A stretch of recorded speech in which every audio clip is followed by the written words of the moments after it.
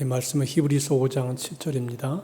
그는 육체에 계실 때에 자기를 죽음에서 능히 구원하실 이에게 심한 통곡과 눈물로 간구와 소원을 올렸고 그의 경건하심으로 말미암아 들으심을 얻었느니라. 아멘. 하모니카 반에서 하나님께 영광을 올립니다.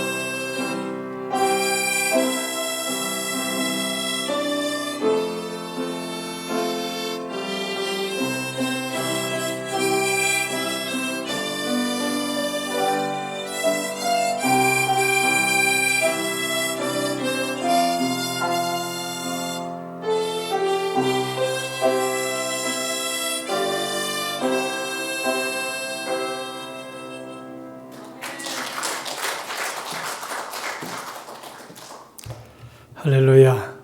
귀한 찬양해 주셔서 감사합니다. 이제 나라가 평안하고 지금 2년 동안 러시아와 우크라이나가 전쟁을 하면서 큰 고통을 당하고 힘들어하고 있습니다. 그리고 이스라엘과 하마스도 전쟁을 마지막을 지금 휴전으로 들어가기 직전에 있습니다. 하나님께서 전 세계를 평안하게 하시고 또 이 나라 이민족도 은혜 가운데 거하고 4월에 있을 총선에 지혜로운 자들이 뽑힐 수 있도록 우리 합심으로 한번 통성으로 나라를 위해 기도합니다. 은혜로우신 우리 아버지 하나님 감사합니다. 평강의 왕이신 주님, 하나님께서 온 세계를 평강으로 인도해 주시고 주님의 구원의 은혜와 능력으로 충만한 나라가 될 수 있도록 이 나라 이민족 위에 은혜를 허락하시고 이스라엘과 하마스가 하나 되게 하시고 평안하게 하시며 러시아와 우크라이나가 휴전하게 도와주시옵시고 하나님 아버지 전 세계가 주님의 은혜 가운데 거하며 대한민국이 하나님의 긍휼과 자비를 힘입어 주 앞에 영광을 돌리게 도와주시옵소서. 오늘도 성령이여 함께해 주시옵시고 말씀으로 충만하게 도와주시어서 주의 진리와 은혜 가운데 거하는 시간이 되게 하여 주시옵시고 오늘도 말씀 충만 은혜 충만 능력 충만하여 하나님이 기뻐하는 귀한 뜻대로 우리가 살아가도록 하나님이 역사하여 주시옵소서. 성령님의 감화와 감동으로 충만한 시간 되게 하시옵소서. 오늘도 하나님 임재하여 주시옵소서. 우리를 다스려 주시옵시고 우리의 마음의 평안함과 은혜로 인도해 주옵소서. 할렐루야. 감사합니다. 예수님의 이름으로 기도합니다. 아멘. 좋으신 하나님, 좋으신 하나님, 참 좋으신 나의 하나님, 우리의 기도를 응답해 주시는 참 좋으신 나의 한없는 축복을, 한없는 축복을 우리에게 주시는 참 좋으신 나의 하나님. 아멘. 우리 서로 축복합시다. 하나님이 우리를 사랑하십니다. 할렐루야. 오늘은 예수님의 눈물, 이런 제목으로 말씀을 올려드리겠습니다. 지난 수요일부터 기독교회는 사순절이 시작이 되었습니다. 사순절이란 말은 40일간의 기념일, 이런 제목, 이런 의미를 가지고 있습니다. 초대교회 성도들에게 있어서 가장 중요한 날은 주님께서 부활하신 날이었습니다. 그래서 매년 부활절을 뜻깊게 지키게 하기 위해서 최선을 다했습니다. 우리가 지금 예수를 믿고 평안한 가운데 있지만 초대교회 성도들은 신앙의 모진 박해 속에서도 부활하신 주님을 맞는다는 생각으로 정성을 다하여 부활절을 준비했습니다. 로마 시대에 기독교가 공인되면서부터 교회는 절기를 공식화하여 지키게 되었습니다. 무엇보다 가장 중요한 절기로 이 부활절을 지키는 것입니다. 이 부활절의 준비를 어떻게 할 것인가를 논의하게 되면서 사순절의 문제가 부각이 되었습니다. 주후 325년에 니케아 회의에서 교회는 사순절을 지키기로 했고 그 후 일정이 확정되었습니다. 사순절의 시작인 수요일을 회개하여 사순절을 시작한다는 뜻으로 죄의 수요일, 즉 죄를 이마에 바르고 죄를 고백하며 그 이후로 그리스도의 고난을 40일간 주님이 부활하실 때까지 지키기로 결정하는 것입니다. 이때부터 지금까지 전 세계 교회들은 나름대로의 전통을 통해서 사순절을 지켜오고 있습니다. 이 사순절의 핵심은 부활하신 주님을 만나기 위한 절기라 그렇게 볼 수 있습니다. 그리고 그 중심 내용은 부활하시기 직전에 주님의 십자가의 고난을 당하신 예수님을 깊이 묵상하고 생각하면서 경건하게 살아가는 것입니다. 이 사순절에 특별한 프로그램은 마련하지 않습니다. 그러나 중요한 것은 우리의 마음가짐과 신앙 태도라 그렇게 볼 수 있습니다. 다른 때보다 예수님의 생애, 예수님이 하신 말씀을 깊이 묵상하면서 지내야 되겠습니다. 오늘 본문에 사순절 절기에 특별히 묵상하고자 하는 예수님의 모습은 눈물을 흘리신 예수님이십니다. 사실 예수님이 눈물을 흘리셨다는 것은 쉽게 이해하기가 힘듭니다. 예수님은 연약한 인간이 아닌 전능하신 하나님의 아들이신데 무엇하러 눈물을 흘리시며 우셨다라고 하는 것일까 생각하게 됩니다. 사람이 눈물을 흘릴 때는 대부분 힘들고 어렵고 연약하고 부족하고 그래서 자기 힘으로 무엇인가 할 수 없을 때에 대체로 눈물을 흘립니다. 자식이 부모님의 뜻대로 살아가지 않고 방탕한 길을 향할 때에 어머니는 그 자식을 향하여 눈물로 기도하게 됩니다. 자신의 힘으로 어쩔 수 없는 상황 속에서, 힘든 상황 속에서 고통과 슬픔에 대한 표현으로 눈물을 흘리게 된다는 것입니다. 사실 눈물을 많이 흘리면 아주 영적으로는 굉장히 좋은 효과가 우리의 속에 일어날 수 있습니다. 여러분들, 우리 순복음 교회는 옛날에 눈물을 많이 흘리는 교회였습니다. 눈물은 왜 흘리느냐? 자기의 사정이 있어서 원통하여 풀지 못할 때, 누가 내 사정을 알아주지 않고 문제가 생기고 답답하여 곤고할 때에 눈물을 흘립니다. 그래서 성경에도 애통하는 자는 복이 있나니 저희가 위로를 받을 것이며 그랬습니다. 사실 교회는 눈물의 기도가 많이 있어야 됩니다. 다윗도 눈물을 흘리면서 하나님 앞에 기도를 올렸습니다. 눈물을 흘리게 되면 눈물을 흘리면서 아픔이 감소되고 또 마음속에는 상처가 치유된다고 합니다. 눈물은 작은 방울이지만 우리의 마음을 치료해주는 놀라운 힘이 있다고도 하는 것입니다. 예수님은 전능하신 분으로 하나님의 아들로서 못할 것이 없는 분인데 예수님이 울어야 하실 이유는 무엇이냐? 사실 울만한 사정은 예수님의 말씀 한마디면 다 제거될 수 있습니다. 그런데 성경에 보면 여러 차례 심히 우셨다고 기록하고 있습니다. 왜 우셨을까?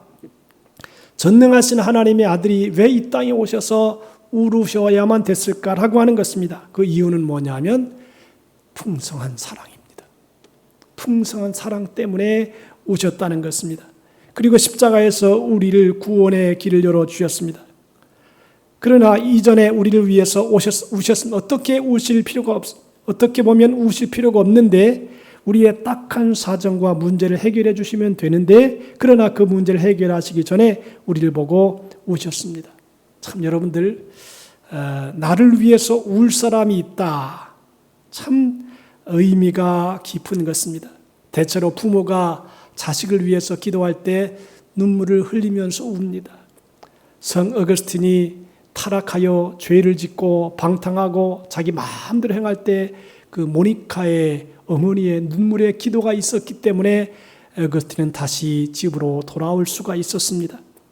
여러분들 성경에는 예수님이 우신 장면이 나오는데 요한복음 11장 35절에 예수께서 눈물을 흘리시더라 그랬습니다. 예수께서 눈물을 흘리시더라.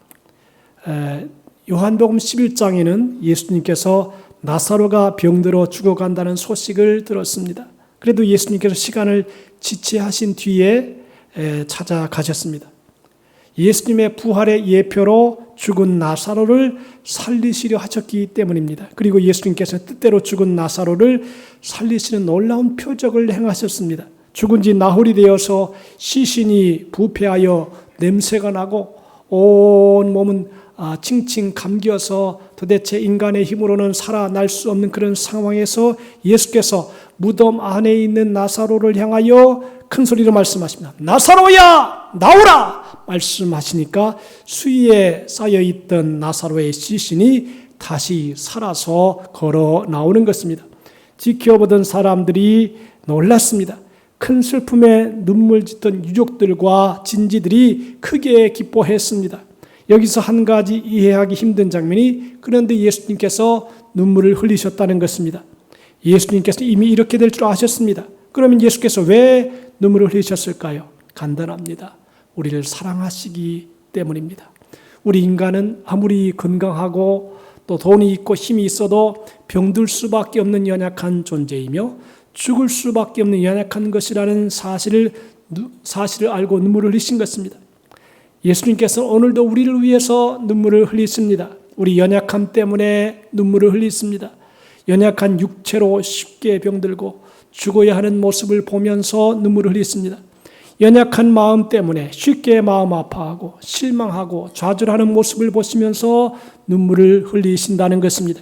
이 사순절 기간에 우리의 연약함 때문에 눈물을 흘리시는 예수님을 깊이 생각하시는 성도가 되시기를 바랍니다. 그 눈물이 우리의 마음을 적시고 우리의 상한 마음을 치유할 것입니다. 예수께서 눈물을 흘리신 두 번째 이야기는 누가복음 19장 41절의 이야기입니다. 가까이 오사 성을 보시고 우시며 그랬습니다. 예수님께서 십자가를 지시기 위해서 예루살렘 성에 입성하시던 때였습니다. 새끼 나귀를 타시고 무리들이 환호 속에 감람산을 넘으셨습니다. 예루살렘 성이 한눈에 내려다보이는 언덕에 멈추셨습니다. 그런데 그 성을 바라보시면서 눈물을 두루루 흘리셨습니다. 왜 흘리셨느냐? 예루살렘 성이 앞으로 다가올 심판을 아셨기 때문입니다.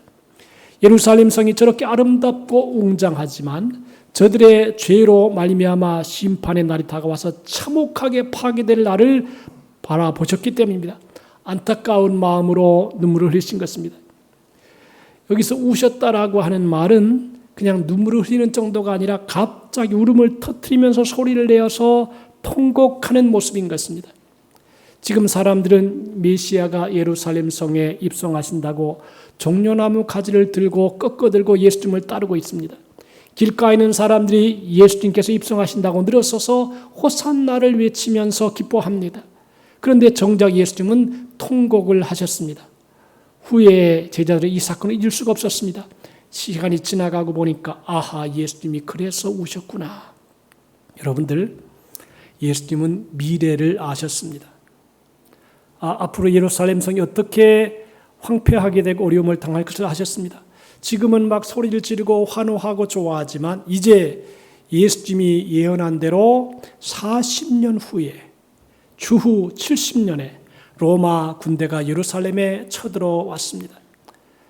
그래서 수많은 사람들이 성 안에서 100만 명이 넘는 수많은 사람들이 기근과 질병으로 죽어갔습니다. 그리고 돌 위에 돌 하나도 남지 않을 정도로 완전히 파괴되었습니다. 그 화려하고 아름다운 성 예루살렘 성이 완전히 돌 하나도 돌 위에 남지 않도록 다 뒤집어엎었습니다. 왜 그랬냐면 예루살렘 성의 돌과 돌 사이에 금이 있다. 그래가지고 로마 군병들이 그 돌을 다 뒤집어엎은 것입니다. 그래서 완전히 돌 하나도 남지 않도록 다 완전히 파괴시킨 것이 이 예수님이 그 내용을 미리 아시고 아하, 여기서 앞으로 굶어 죽고 전쟁에서 죽고 칼 맞아 죽은 수많은 사람이 늘어진다는 것을 알았습니다. 그래서 미래를 바라보니까 가슴이 너무 아픈 것입니다. 왜 이런 사건이 다가옵니까?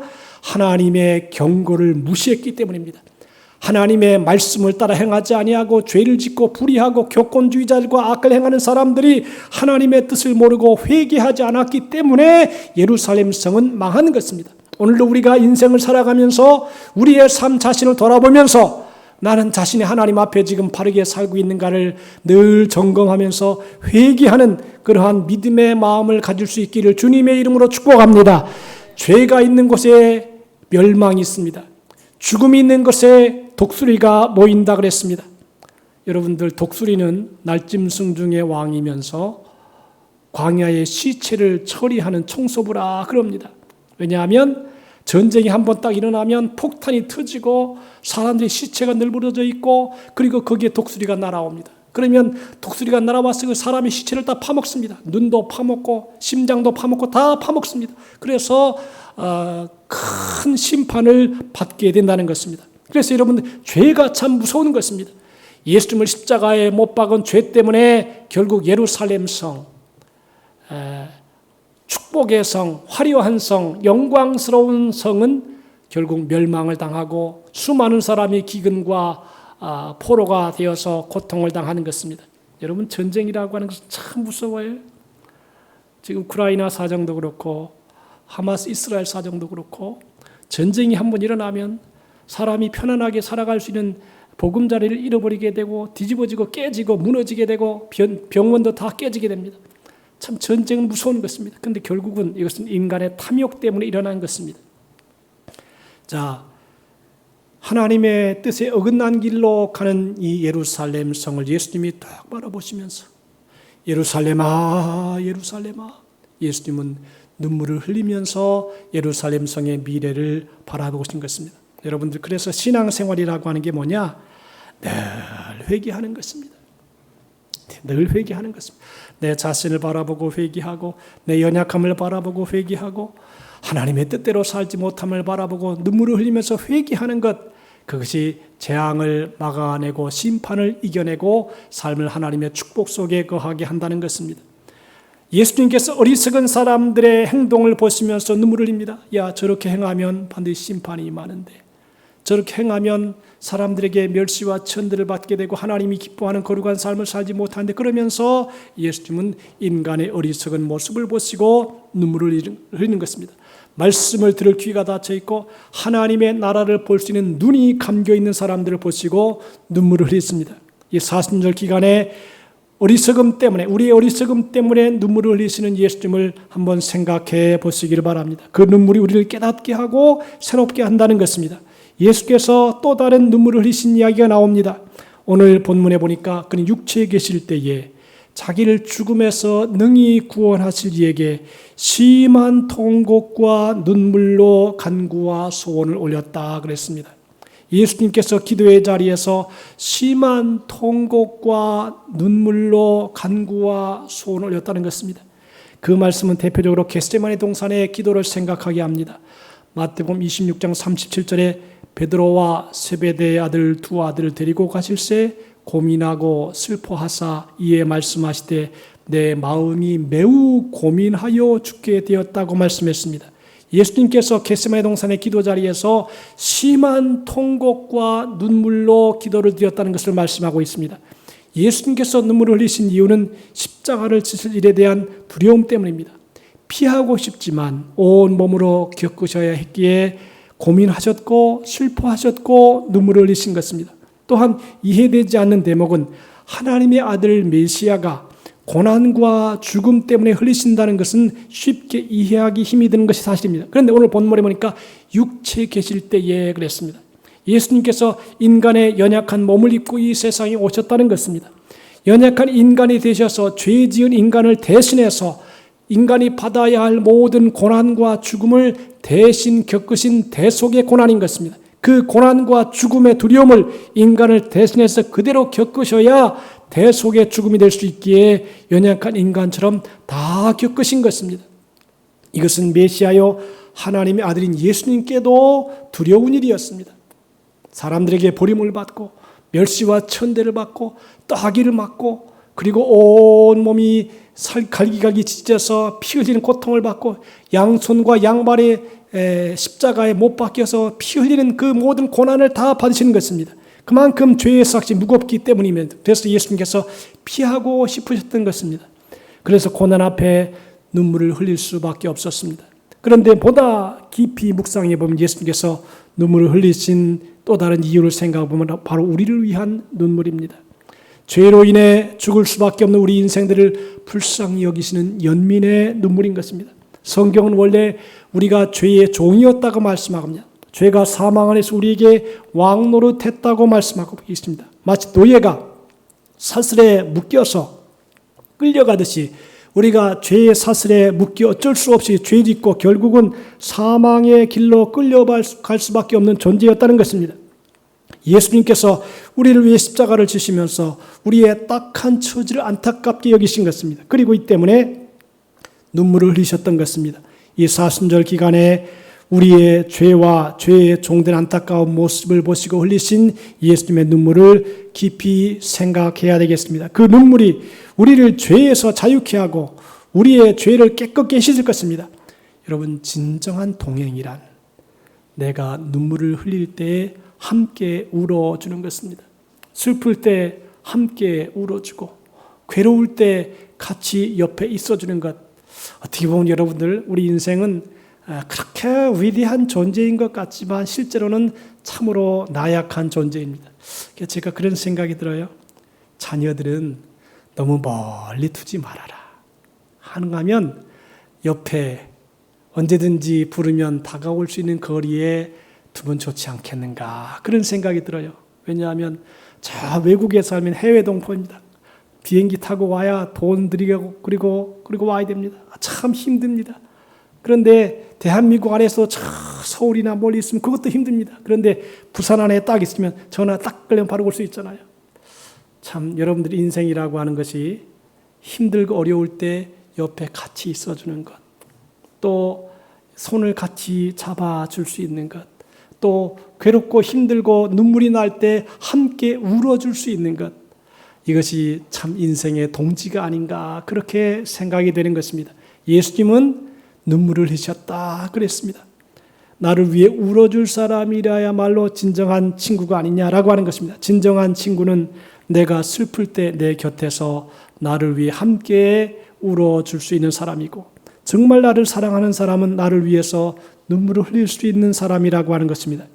하나님은 성도들의 눈물을 보시고 약해지시고 져주시고 긍휼을 베풀어 주십니다. 그래서 성경에 보니까요, 금식해가지고 응답을 안 받은 기도가 없어요. 우리 하나님도 금식하고 기도하는 사람의 기도는 절대 외면하지 않으신 것이에요.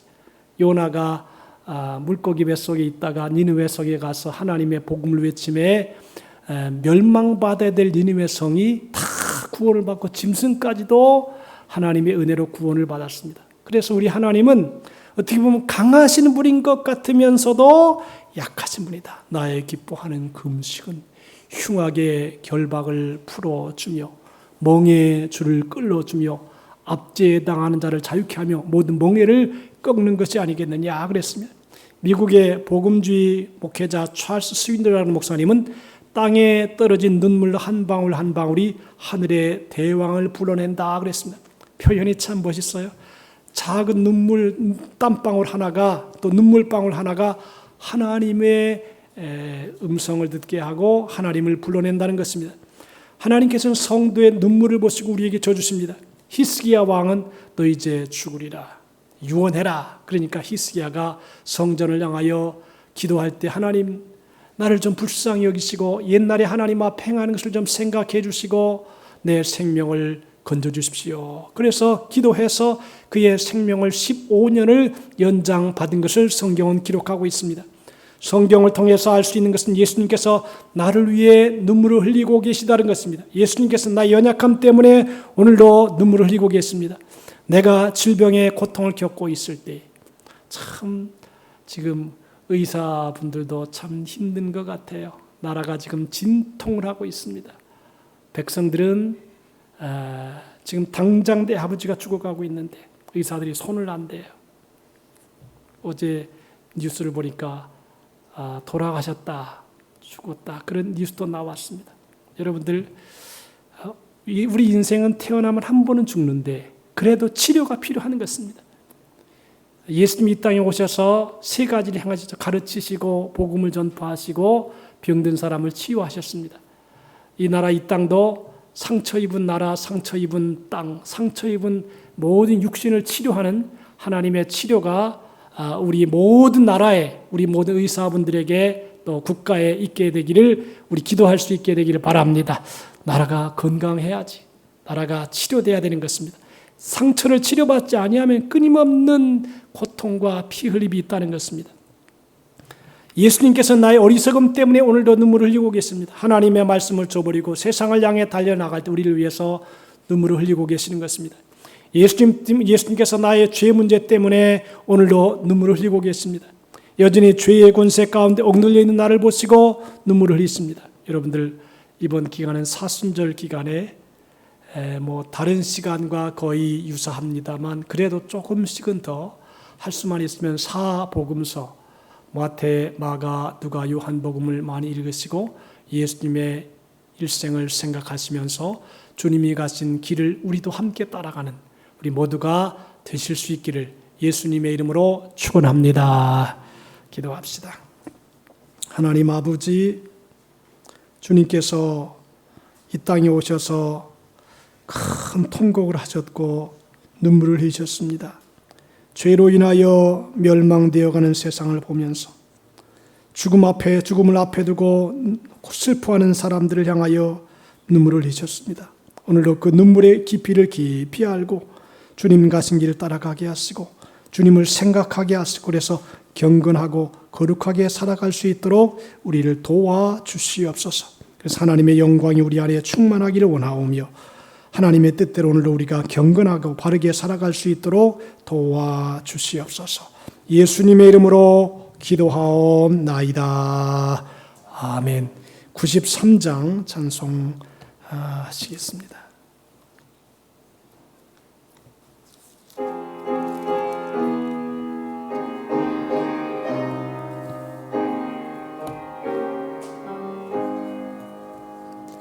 예수는 나의 힘이요 내 생명 되시니 구주 예수 죄에 빠지리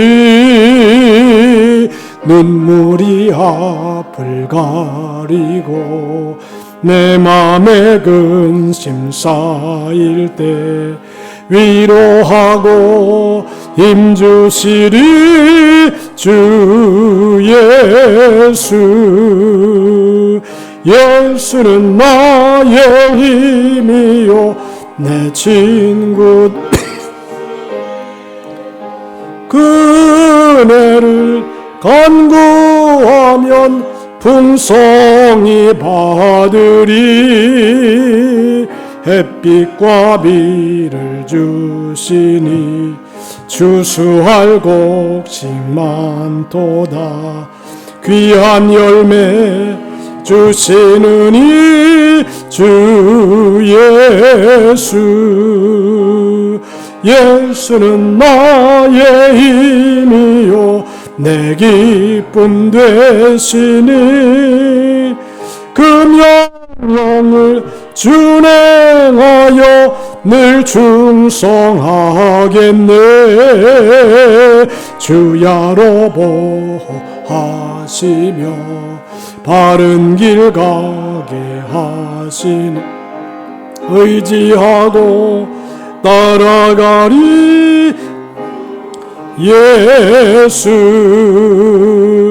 예수는 나의 힘이요 내 소망 되시니 이 세상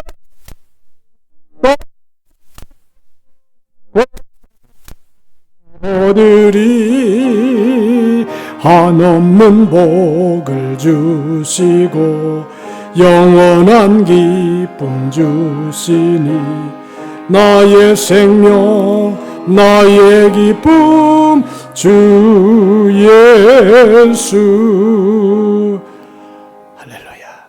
우리 다 잡심으로 기도합시다. 예수님의 눈물을 생각하면서 이 세상에 힘들고 어렵고 고통을 당하는 사람들 또 이웃 친척들 하나님이 불쌍히 여기시고 오늘도 우리를 하나님 불쌍히 여기셔서 하나님의 은혜 안에 거하는 우리 모두가 되도록 인도해달라. 우리 합심으로 하나님 앞에 간절히 기도하도록 하겠습니다.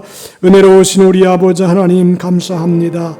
오늘도 우리가 주 앞에 나와서 예배할 수 있게 도와주시고 예수님의 눈물의 의미를 깊이 기억하게 하시며 주님이 원하시는 거룩한 뜻대로 우리가 살아갈 수 있도록 하나님이 축원하여 주시고 인도하여 주시옵소서.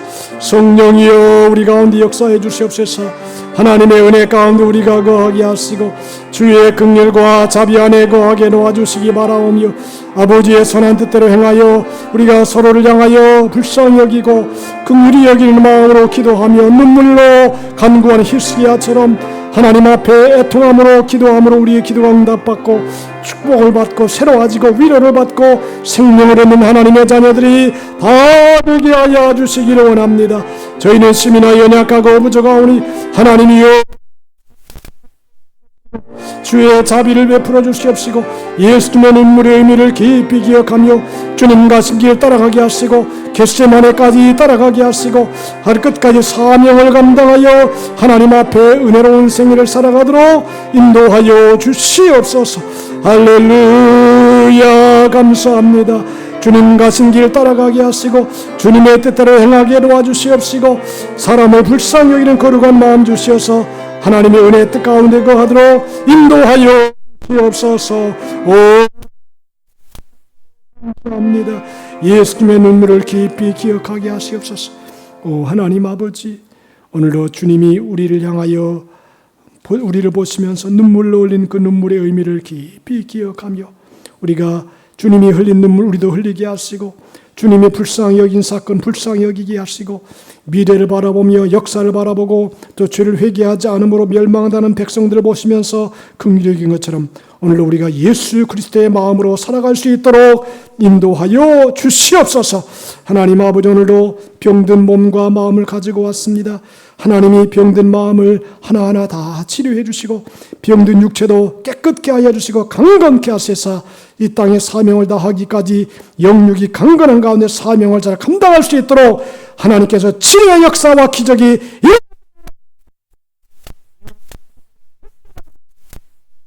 믿음대로 큰 역사 은혜가 임하게 도와 주시옵소서. 이 시간 하나님의 은혜에 감사하여 귀한 또 예물을 하나님께 올리려고 하오니 하나님이 받으시기 바라오며 평강에 평강을 부어 주옵소서. 예수님의 이름으로 기도하옵나이다. 아멘. 찬송가 85장 찬송하시면서 준비한 예물 올립니다.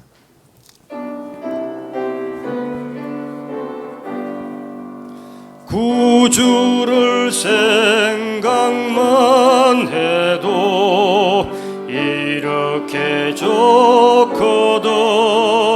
주 얼굴 배울 때야 얼마나 좋으랴.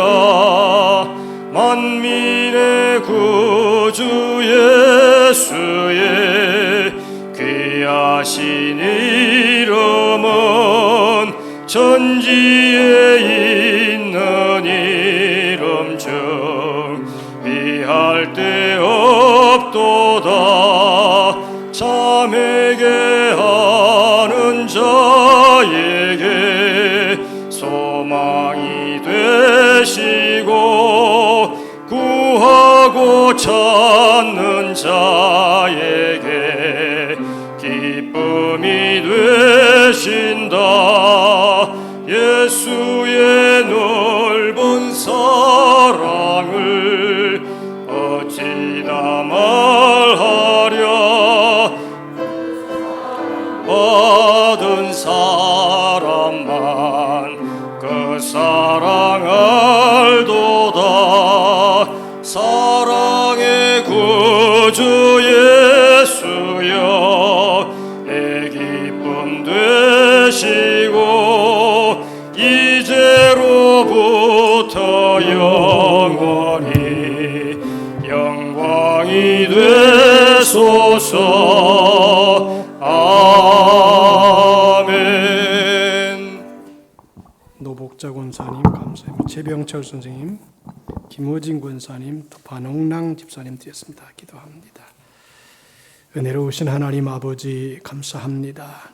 우리를 위해서 눈물 흘리신 주님의 은혜를 깊이 기억하며 또 하나님께 예배하며 하나님의 은혜에 감사하여 귀한 예물을 정성껏 바쳤습니다. 11조 감사, 구제, 1,000번제, 영지장학 헌금, 선교 헌금, 차량 구입 주일헌금, 또 여러 가지 예물을 드리는 손길, 생애, 삶, 일, 더, 사업, 가정과 교회와 자녀들을 위해 하늘의 신령한 은혜와 땅에 기름진 것으로 복 주시고 들어가도 나가도 복을 받으며 위 꽈리 있지 아니하며 평생 꾸어줄 자도 꾸임받지 아니하며 영육간에 강건하고 풍성하며 베풀고 나누고 베풀어 주어도 풍성한 축복의 생애를 살아가되 천대까지 복을 받게 하여 주시옵시고 우리 성도들의 자녀들 속에 한 분도 불효자가 없게 하시고 다 효자가 되고 효녀가 되고 부모님을 잘 섬겨 공경하여 장수하고 잘되는 복을 받는 역사가 일어나게 도와 주옵소서.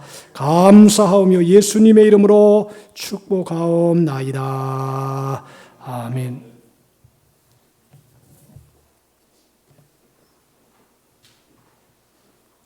주보를 보시기 바랍니다. 나라와 민족의 평안과 4월의 선거에 좋은 믿음의 사람이 뽑힐 수 있도록 그렇게 기도해 주시기를 바랍니다.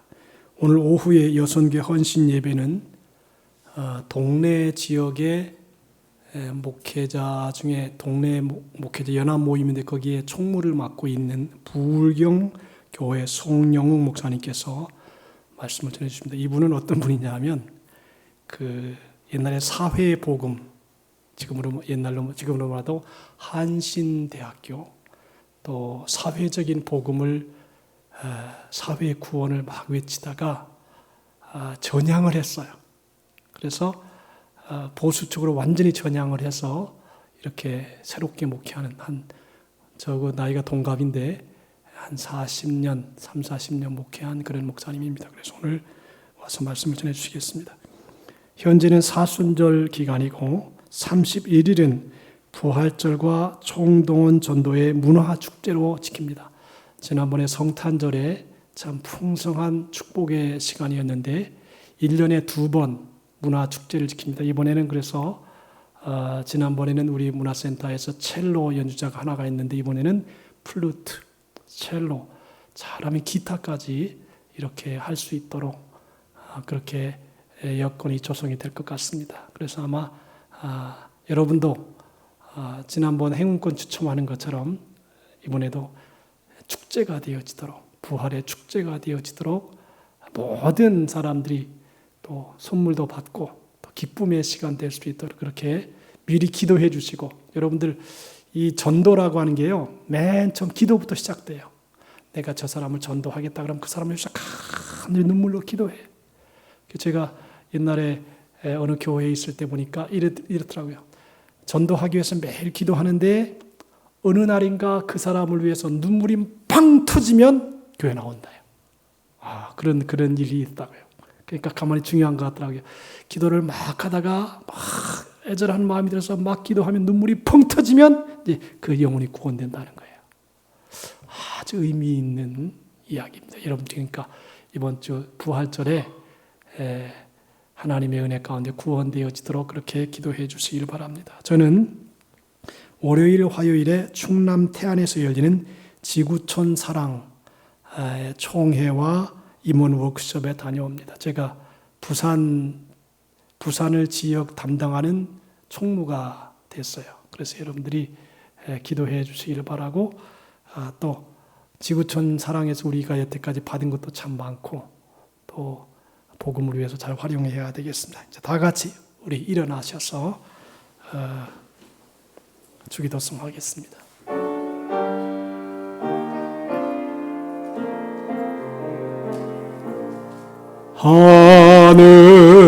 하늘에 계신 아버지 이름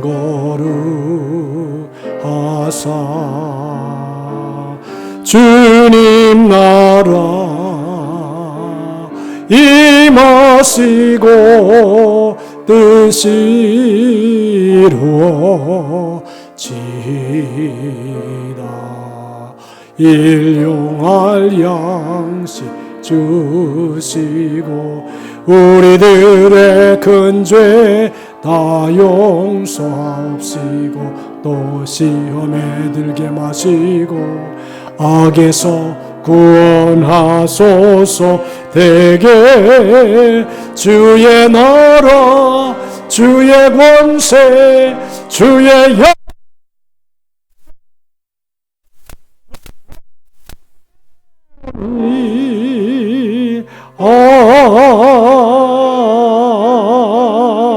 아멘. 다 같이 시작. 우리는 복음 전파로 가정 천국을 이루고 교회를 섬기며 민족 복음화와 세계 선교의 사명을 다한다. 아멘. 이제는 우리 주 예수 그리스도의 눈물로 기도하신 그 은혜와 하나님 아버지의 넓고 크시고 광대하신 사랑하심과 보혜사 성령님의 감화 감동된 충만한 축복의 역사가 예수님처럼 사랑의 마음을 가지고 은혜의 마음을 가지고 영혼을 위하여 기도하며 하나님의 뜻을 이루기 원하는 하나님의 귀한 자녀들의 생애, 삶, 일터, 사업, 가정과 교회와 이 나라 이 민족 위에 이제로부터 영원토록 함께 하시기를 간절히 축원하옵나이다. 아멘.